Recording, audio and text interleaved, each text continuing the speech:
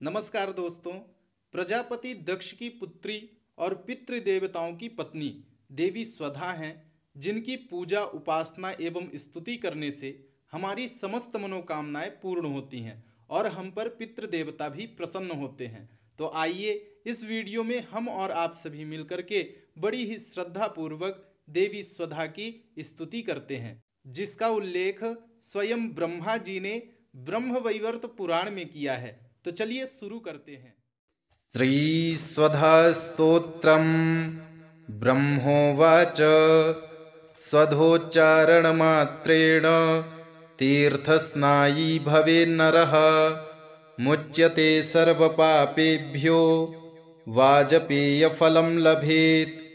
स्वधा स्वधा स्वधेत्येवं यदि वारत्रयं स्मरेत् श्राद्धस्य फलमाप्नोति कालस्य तर्पणस्य च।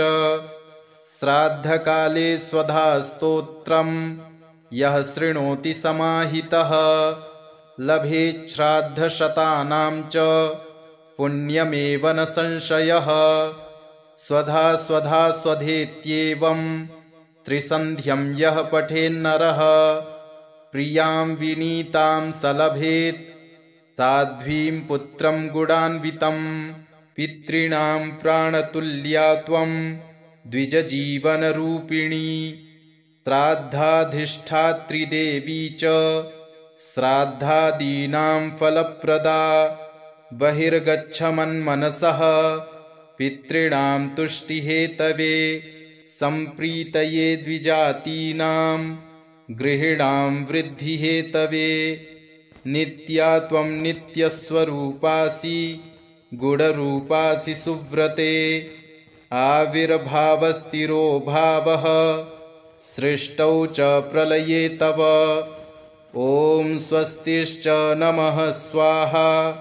स्वधा त्वं दक्षिणा तथा निरूपिताश्चतुर्वेदे षट्प्रशस्ताश्च कर्मिणां पुरासीस्त्वं स्वधा गोपी गोलोके राधिका सखी।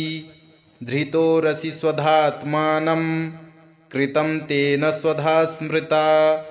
इत्येवमुक्त्वा सा ब्रह्मलोके च संसदि तस्थौ च सहसा सद्यः स्वधा साविर्बभूवः। तदा पितृभ्यः प्रददौ तामेव कमलाननां तां सम्प्राप्य ययुस्ते च पितरश्च प्रहर्षिताः।